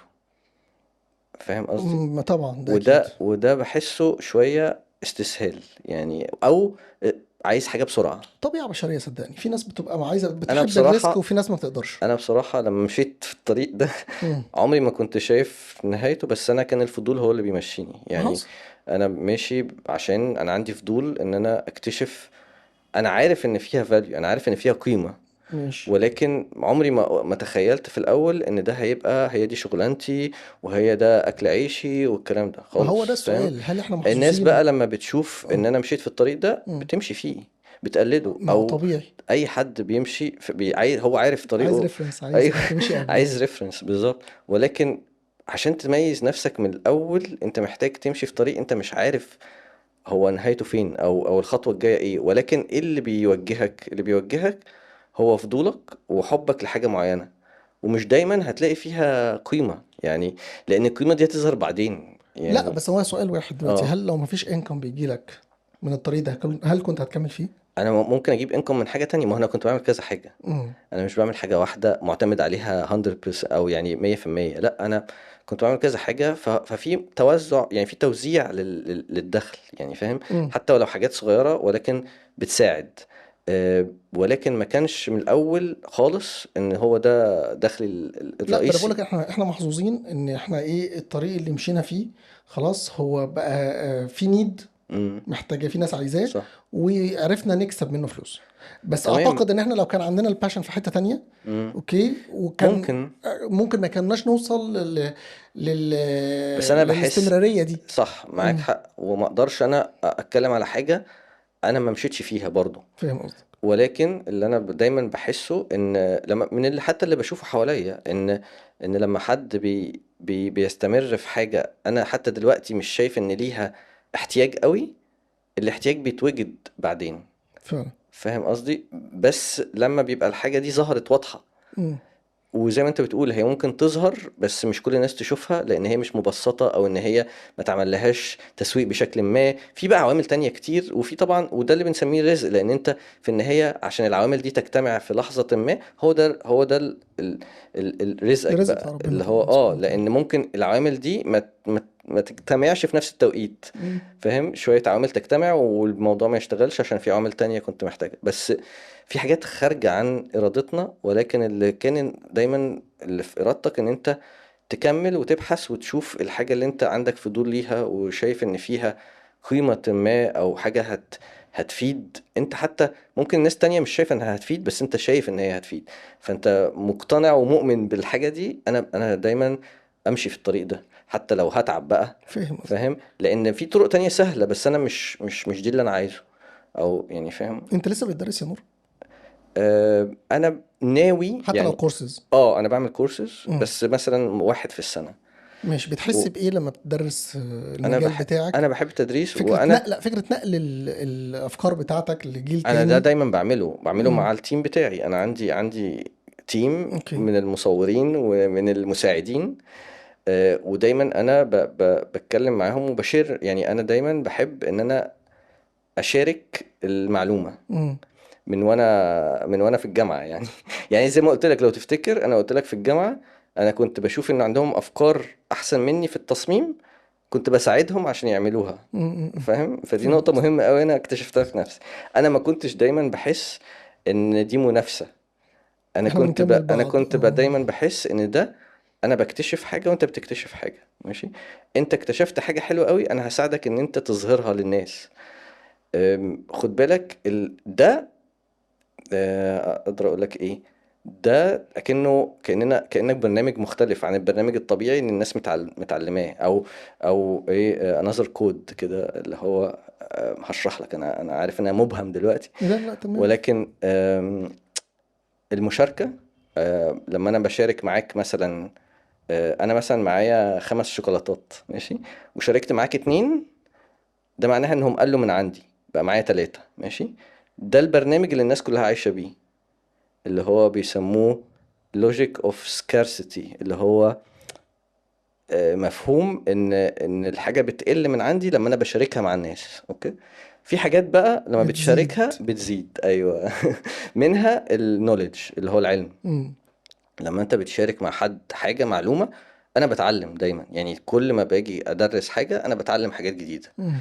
لما رحت اتعلم حاجة من عباس، الناس كلها اللي كانت موجودة اتعلمت حاجات جديدة، مش انا بس يعني. انا اتعلمت حاجات جديدة والناس اللي حواليا اتعلموا مني وانا اتعلمت منهم، واحنا الاتنين اصلا بنتعلم من واحد اسمه عباس، فاهم؟ مم. واكيد عباس ممكن يكون يتعلم حاجة انا ما اعرفش هما، اكيد اكيد. يعني حتى ولو من افكارنا، من طريقتنا، هو فهم حاجة عننا. هو ده هو التفكير السوي عموما هو يعني. اتعلم حاجة عن مصر عشان هو قابلني واحد من مصر وكان بيسألني. لما تلاقي حد ما بيسألش حاجة ومش مهتم، هو ده اللي مش عايز يتعلم حاجة، فاهم؟ انا كنت طول الوقت بسأل لحد ما زهقوا مني، وهم حاسين كمان، هم بيتكسفوا، هم مش عايزين يتعلموا. يعني انا اتكلمت معاهم بعد كده، يعني كان في جنسيات كتير قوي في الورشة دي. اوروبيين مثلا، يعني واحدة مثلا ايطالية ما بتتكلمش، ما بتسألش حاجة. طب انتي ما عندكيش فضول؟ لا، عندها ونفسها، بس هي مكسوفة خايفة. هيتقال عني ايه؟ ها، انا بقى ما عنديش الحتة دي خالص. يا عم ان شاء الله يقول عليك حمار. انا مش فارق معايا، انا رايح ودافع فلوس. على فكرة ما كانش عندي فلوس كتير يعني ساعة الوقت ده. انا رايح ودافع فلوس ورايح الهند، ورايح اقابل واحد مش هقابله تاني في حياتي، مش عشان اقعد ساكت. فاهم؟ لما قال لك مثلا مين اول واحد هيعرض مشروع، انا رحت ناطط على طول. الناس واقفه اصلا مش عايزه تعرض حاجه، قلت لهم لا هعرض، خبط فيه براحتك، انت عباس يعني، مم. اللي هو مم. انت مم. بتصور بقالك 60 سنه، وانا عادي يعني، ده مصور حرب 67 قبل ما انا اتولد يعني. اوكي. ف و73 قبل ما اتولد برضه، هو مصور يعني مصور الحروب دي كلها. فالراجل ما ينفعش ما ينفعش ما ما تسألوش. تستفادش منه. بالظبط، فكانت فرصة ان انا اعرض مشروعي واعرف كل البلاوي اللي فيه وافهم حاجات جديدة. فهي النقطة انك انت بتشارك حاجات، انت لما بتشاركها بتبقى فاهم ان هي بتزيد. ده برنامج ده طريقة تفكير تفكير تانية مختلفة خالص، تماما ومش منتشرة مش للأسف. منتشرة في الثقافة اللي احنا اتعلمناها من الغرب يعني. ببساطة كده، لان مم. الناس هناك لا، هم خلاص هو كل واحد يلا نفسي، وانا مش هشارك معلومة. انت فاهم قصدي؟ آه، انا بقى، انا شفت ده، انا لا، انا هشارك المعلومات كلها اللي عندي، ويمكن اتعلم حاجات جديدة وده بالنسبة لي وفي حاجات تانية غير العلم يعني. الفرحة عامة، انك تشارك الفرحة بتزيد مع مم. الناس، فاهم؟ لا احنا آه، عندنا بنتحسد. انا عندي مشكلة مع فهمنا للحسد، يعني انا بؤمن بالحسد بس الفهم يعني شوية بحس انه مغلوط يعني. مم. بس انا دايما بشارك الفرحة، مش اني بشارك حاجات علشان الناس مش بشو اوف يعني. تتضايق. لا، اصل انت فاهم، في حاجة تانية برضو. انت هتشارك الحاجة مع الحد اللي هيفرح لك يعني، مش هتشارك مع واحد نفسه يعمل الحاجة دي فانت بتقول له شفت بقى انا عملتها ما هو ده جاي من حتة تانية، من نقطة تانية عندك سودة. فاهم؟ في الايجو بتاعك ان انت بتقول له لا انا عملت الحاجة اللي انت مش عارف تعملها. دي مش ده اللي انا بتكلم عليه. انا بتكلم على مشاركة الفرحة بمفهوم ان انا عارف ان انا لما اقول مع حاجة معينة لحد هيفرح. فاهم قصدي؟ مم. وهو لما يبقى فاهم، دي ممكن العلاقة دي ما تبقاش موجودة كتير يعني، ممكن مع الاصحاب مم. والعيلة. ولكن انا بحس ان مش في حاجات كتير ممكن تشاركها تزيد، زي مثلا برضو الجراتيتيود اللي هو جراتيتيود اللي هو ايه بالعربي، اللي هو انك بتشارك ان الترجمة الحرفية مش راضية تيجي، مش اه عارف اوصل لها. بس ان انت مثلا انك انت شاكر مم. لحاجة معينة. اوكي. انا عايز اجيبها انا. يعني حد مثلا ساعدك في حاجة فانت هي عطار في لساني بس هي مش راضية اه تيجي. اوكي. خد بالك.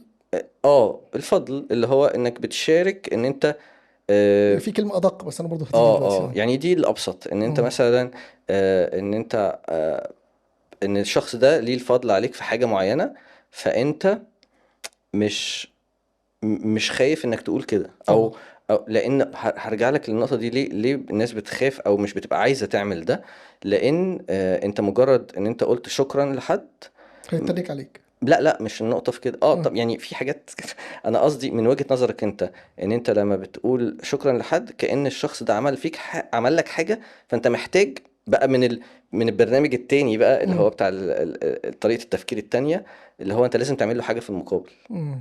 فان هو كده هو بقى عليك ليه واحد، عليك يعني واحدة. ليه حاجة عندك، فاهم؟ مم. طريقة تفكير اللي هو ترانزاكشن، اللي هي خد وهات والكلام ده. دي اللي مسيطرة، هي دي اللي مسيطرة بشكل عنيف جدا. مم. والناس بتفكر بالطريقة دي، بس في طرق تانية من التفكير، ده اللي أنا بحاول أوصل له بس. اوكي. نقطة بسيطة يعني، إن في طرق تانية من التفكير هتخليك مبسوط أكتر، هتخليك سعيد أكتر. مم. إن أنت تشارك حاجات مع ناس هتلاقيها بتزيد. وصدقني فكرة حتى ان انت تعمل اللي انت بتحبه، وانه حتى ما يبانش ان هو شغل، هو ده في حد ذاته سعادة. وده أكيد رزق. أكيد يعني انت أكيد. مش ده فعلا ممكن يكون بيجي بالصدفة ان انت عرفت توصل. يعني في ناس بتقضي حياتها كلها مش عارفة توصل للمعادلة صح. اللي تخليها تشتغل الحاجة اللي هي بتحبها. تمام. اكيد طبعا، او ما هو ده حتى. بقى. انا برضو عندي يعني انا عندي، انا شاكر، انا مم. جريتفul تاني. حلو. شاكر للنقطة دي، ودايما بقولها ان انا، يعني انا مش بخاف ان انا اقول مثلا ان في حاجات مش بايدي، جات لي يعني بالصدفة. عارف، جات لي يعني رزق كده من مم. ربنا، توفيق من ربنا. ان انا في حاجات كنت حاببها قوي ومشيت فيها، وبعد كده هي اشتغلت وفادتني، مم. فاهم؟ بس لو ما كانتش فادتني انا ما كنتش هبقى ندمان اني عملتها. انا كنت مبسوط وانا كنز في بعملها. الرحلة والله. ايوه. انا كنت مبسوط اني بعملها، مم. وهبقى مبسوط اني بعمل حاجة تانية. مم. انت فاهم قصدي؟ وهبقى مبسوط اني بدور على حاجة تانية. هي النقطة. حتى انا كنت ساعات بتكلم مع ناس عندي في التيم، بقول لهم خد بالك ان انت مثلا، يعني اغلب التيم عندي يعني بنات، مم. فبقول لها خد بالك ان انت دلوقتي متضايقة عشان حاجة ما حصلتش، وهتبقي مبسوطة لو حصلت، اوكي؟ مم. انت ممكن تبقى مبسوط ان الحاجة دي ما حصلتش ومتضايق انها حصلت يعني. مم. بس المنظور مختلف، ان انت لان في حاجات احنا ما نعرفهاش، يعني انت، ايوه. يعني لا في لا في انا. غيب، وفي حاجات انت مش عارف بكرة هيحصل معاك ايه. ولكن انا لو حكيت لك القصة بطريقة تانية، مم. هتلاقي نفسك ان انت مبسوطة في الحاجة دي. وايه رأيك بقى ان انت ممكن تبقي مبسوطة في الحاجة التانية يعني؟ كله خير لو انت فكرت فيه بطريقة دي معينة. حقيقة. انا بقولك انا هاخد كلامك ده واحطه في الكونتنت عندي. انت مثلا انت فكرة الوصول الريتش اصلا في الفيديوهات في الاول بيبقى صعب قوي. يعني انت اه بتقعد اوكي. حوالي مثلا 100 فيديو انت بتكلم نفسك. بس معلش لو بصيت للنص الكوبايه المليان، هو ال 100 فيديو دول لو وصلوا لناس كتير الناس هتكرهك. دول كانوا اقذر فيديوهات عملتها في حياتي. فاللي هو الحمد لله ان هم اه. ما كانوش بيظهروا. دي ايوه كوارث. ايوه فاهم ايوه قصدي؟ ايوه. فهو بيقعد انت يعودك حسب يعودك بتشوفها ازاي، يعودك يمرنك بالظبط يمرنك بالظبط. يمرنك يمرنك يمرنك صح لغايه ما يطمن ان انت بقيت ابجريد صح. ووصلت لمرحله معينه. فالفولورز بيزيدوا والناس بتزيد واحده واحده واحده واحده. صح. وده شيء صحي جدا. مم. فكره انت تطلع وتفايرل من اول مره دي. ممكن تعمل لك مشكلة جامدة. بالظبط. هي زي، يعني كل حاجة ليها المميزات ذات والعيوب العيوب. بتاعتها. ولكن انت حكيت لنفسك القصة اللي هي خلتك انت مبسوط، مبسوط. يعني انت انت فاهم. بصيت لها انت من ممكن وجهه نظر تحكي انت ممكن تحكي لنفسك قصة بشكل اوحش. تخليك تبطل الموضوع اللي انت بتعمله ده. اه. فهي الفكره فهي كلها في انت نظره البني ادم للحاجه بالظبط عموما. انت اه. بتقول لنفسك ايه القصة اللي انت بتحكيها لنفسك. مهمة جدا، أمم. اهم من اي قصة حد تاني بيقولها لك. وعشان كده انا اهتمامي بالناس بتقول عليا ايه. مش ولا موجود. مش موجود أمم. يعني. عشان كده انا رايح لهدف ما. انا لما في الهند لما قلت لهم يا جماعة انا بسأل الاسئلة دي علشان انا لازم اتعلم، وكل سؤال انا سألته من دول انتوا كمان اتعلمتوا، قالوا لي حصل. أمم. فهم بس مستغربين الجرأة، فاهم؟ اللي هو انا ليه انا انت مش خايف ان احنا، انت ما تعرفناش، انت ما تعرفش اي حد فينا. اوكي، بس برضو خد بالك من حاجة. انا كنت رايح وانا عندي اوريدي خبرة، وعندي شوية متأسس في الحتة اللي انا عندك بعملها. الحد الادنى من المعرفه. عندي بالظبط. في ناس تانية ممكن تكون يعني ما عندهاش ده، فهم خايفين اي كلمة يقولوها الناس تطلع تضحك عليهم. عليهم بالظبط. اه. بس تاني، انت لما حتى لو احنا ضحكنا عليك، ما انت اتعلمت حاجة. بالظبط. انت فاهم قصدي؟ لو ما كنتش قلتها ما كنتش هتعدي الستيب دي. ف... فهي دي النقطة، ان انا هدفي البحث، هدفي الفضول، يعني ان انا احافظ على هو ده اللي الفضول. الحاجات اللي بتحركك. خد بالك، مم. حفاظك على الفضول دي حاجة صعبة جدا، مم. بالذات في بلد اللي احنا فيها، قاتلة للفضول. ان مم. انت الفضول اللي عندك وانت صغير ده، اللي هو الطفل اللي بيجري وبيلعب وبيخبط وبيكتشف وبيوقع وبيغلط والكلام ده، بيتقتل وانت بتكبر يعني. وده أسوأ حاجة ممكن تحصل في أي مجال بقى، بالذات المجالات الفنية طبعا، ولكن حتى في المجالات اللي هي أي حاجة عايز تتعلم فيها حاجة، لازم يبقى عندك فضول إنك تسأل وتجرب وتعمل حاجة جديدة. لأنك أنت لو ما عندكش الفضول ده، هتعمل حاجة بتشتغل وهتفضل بتعملها وخلاص. هتبقى مفيش، ترس في مكنه. بالظبط، مم. مش هتقرر إنك أنت عايز تجدد حاجة أو تطور حاجة. بس انت مش شايف دلوقتي ان احنا اغلب الناس، يعني دي بقت ثقافه مجتمعيه ان كل الناس عايزه تستارت البروجكت بتاعها، عايزه تعمل الحاجه الجديده، لدرجه ان مفهوم الموظف العادي اللي هو بيروح الشغل، يصحى الصبح يروح الشغل ويرجع، ما بقاش موجود. هو بقى كلنا دلوقتي بقى هو ده الترند، كله عايز يبتدي حاجه جديده، كله عايز يدور على الباشن، كله عايز يدور. طب ماشي، ما أنت هتبدأ الحاجة الجديدة. مم. طب ما انت عشان تكمل فيها هترجع تبقى انت زي الموظف. لا انا ما عايز هو الراجل ابو انت، بطيخه ده اللي بيركب اتوبيس الصبح هو.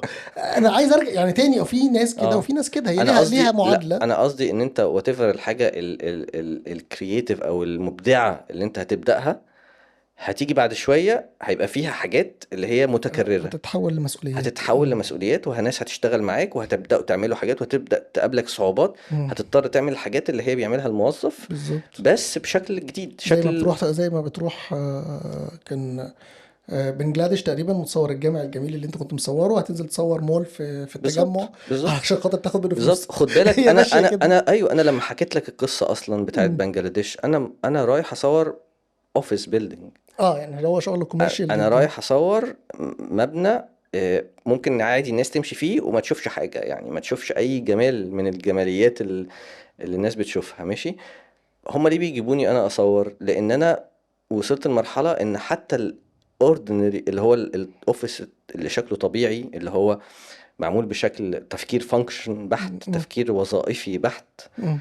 انا ستيل بشكل بصري بقدر اطلع فيه حاجة. حلو. الحاجة دي اللي هي كأنك جبت الشاعر وقلت له اوصف لي الأوضة اللي احنا فيها دي، عادي. ما طب انا لو وصفتها، الناس مش هتنبهر ولا هتسقف ولا هتكمل تسمع اي حاجة، لكن الشاعر هيعرف يطلع حاجة. فاهم قصدي؟ طب انا عايز افهم شويه، اخش شويه في البروسيس. يعني انت اه مكان، عايز مكان زي اللي اه احنا بس فيه ده. اكمل لك بس اه اتفضل بنجلاديش. اكيد. لو انا ما عنديش فضول، انا كنت هروح اصور المبنى ده، مم. والشركة محترمة عالمية يعني ما عنديش مشكلة اقول ايدس ايدس، يعني. ايدس اركتكتس، اوكي. اه حد بيشتغل مشاريع في انحاء العالم كله. آم، كنت هروح اصور المشروع ده وارجع وابقى مبسوط وخلاص، وقللت تكاليف وقللت بهدلة وقللت مشاكل والكلام ده. مم. لكن انا عشان عندي فضول، وعشان عارف ان بنجلاديش فيها حاجة تطلع، رغم ان هي تعتبر بلد فقيرة جدا، ولكن مم. فيها اركتكتشر مهم جدا، وبتشوفه دايما على صفحات الارك ديلي واركتكتشر دايجست، وحتى بياخدوا اغاخان اووردز اكتر مننا مم. كمصريين. آم، قلت لا، انا عايز اكتشف المشاريع دي، عايز اعدي عليها ابص عليها. وزودت بقى مدة السفر على حسابي، مش هطلب انا اكيد طبعا. من الكلاينت بتاعي انه يمد لي ايام ملهاش لازمه بالنسبه له. مم. فزودت ايام سفر، واتكلمت حتى مع التيم، قلت له انا عايز اروح الحته دي والحته دي، وفي حاجات بعيده جدا ما عرفتش اروحها بس عايز اروحها تاني. فالفضول ده هو اللي محركني. مم. ده ملوش بروفيت، ده ملوش عائد فاهم. يعني. ممكن ليه بقى ساعات بيطلع له عائد، بس انا ما ببقاش عارفه، يعني انا مش بعمله علشان يا عائد سيدي محدد. عائد معنوي حتى، تحس ان تمام، انت عملت احس ان انا حاجه. عملت مم. حاجه، بس هو هدفي مش ده برضو. انا هدفي ان البروسيس او الرحله. الرحله. مم. انا هدفي ان انا حابب ده قوي، دي اكتر حاجه انا حاببها اصلا، اللي هو ان انا اروح استكشف المشروع ده، استكشف حاجه جديده. ولما بعت لهم، هم بقى اهتموا، جدا. مم. والاركتيك دي كانت خدتني من الاوتيل ودتني، ومعاناه بقى، ده المشروع بعيد عن المكان اللي انا فيه، في منطقة صناعية وحتة مبهدلة وتلوث ومشاكل وتوك توك وعارف يعني. بص، انتوا مش متخيلين يعني، الناس في مصر لما بتروح الهند بتقول لك لا دي مبهدلة وكده. بنجلاديش ليفل تاني خالص يعني. ليفل تاني خالص يعني. المهم يعني، بس المعمارية بتدرس في الجامعة، فاهمة يعني ايه عمارة، متعلمت صح. بتعمل حاجة ليها قيمة، وبتحاول تشير ده معايا يعني، فاهم؟ ومش دايما هدفها الريتش، ولا هدفها الكلام ده. هي هدفها انها تتعلم وتفهم ان هي ممكن تعمل مشروع. يعني هي كانت دايما بتسألني طول ما انا طول اليوم احنا مع بعض طول اليوم. اول حاجة سألتهاني اصلا: انت رحت شفت البرلمان بتاعنا ولا لا؟ قلت لها لا، لسه ما شفتوش. راحت مودياني عليه الاول. ده اللي عمله لوي كان، وهو بالنسبة لهم ده ملهم. علامة، ده اه. ده واحد من أهم هو المشاريع في العالم أصلا. واهم مشروع عنده لو انت كتبت الويكند هيطلع هيطلع لك لك ده من البرلمان اول 5 بتاع. مشاريع البرلمان بتاع بنجلاديش. وقد ايه ممكن مشروع يأثر في شعب فاهم؟ أوكي. فده برضو ليه قيمة يعني. المهم بعد ما ودتني المشروع ده، طول اليوم بقى واحنا في المشروع بتاعها الجامع الصغير اللي هي تعبت وقعدت سنين بتعمله، طول الوقت بتسألني: انت ايه احساسك؟ احكي لي انت بتفكر في ايه؟ ايه المشاكل اللي انت شايفها؟ فاهم؟ وهي معمارية مش محتاجة تسأل الأسئلة دي يعني، لواحد فوتوغرافر في النهاية. وما تعرفنيش ما طبيعي. تعرفش ما تعرفش حاجة عني غير انها شافت الشغل بتاعي على صفحتي، مش اكتر من كده. فالنقاش ده والأسئلة والفضول ده. ودخلنا بقى في الديانات، وقالت لي: ايه ده، انت هتخش تصلي في الجامع؟ قلت لها: اه، اخش اصلي في الجامع، ايه المشكلة يعني؟ أوكي. هي مش بتمارس اصلا يعني هي مسلمة بالاسم، امم. ولكن ان هي تسألني بقى ان انا جاي من مصر يعني، وبعرف عربي. بالنسبة لهم يعني الامام هناك بيعرف كام كلمة عربي، وبيبقى فخور بنفسه جدا، وبيجي يتكلم معايا الكام كلمة دول علشان هو شاف حد بيعرف يتكلم عربي يعني. ففي حاجات كده الفضول هو اللي محركها، باين قوي ان دي عايزة تتعلم، وان دي كل يوم بتتعلم حاجة جديدة وبتطبقها في شغلها. فاهم قصدي؟ فاهم انا قصدك. دول اللي بحس ان هم يستاهلوا ان انت تقعد معاهم. يستاهلوا إن هم يكونوا اسمهم معماريين. بالظبط. صح. حقيقة يا نور، أنا مبسوط قوي باللقاء ده ومش عايزه يخلص. احنا ثانك قاعدين بنسترسل جدا، ولو ايوه قعدنا بالظبط. ولو فتحنا احنا مش هنخلص. ايوه صح. بس بجد أنا سعيد قوي قوي قوي بالنقاش ده، وشايف إن هو ضاف لي أنا شخصيا حاجات كتير قوي. وأتمنى إنه يتكرر مرة تانية لو ان شاء الله. وقت حضرتك يسمح ان طبعا. شاء الله. اوكي. ويا رب دايما بتتعلم، ويا رب دايما كلنا بنتعلم وكلنا بنتطور، والفضول ده يفضل محركنا. ما يحصلش حاجة كده تحبطنا مهم. وتخلينا نزهق من اللي احنا بنعمله. ميرسي جدا يا نور، اشكرك. وشرفتني. ثانك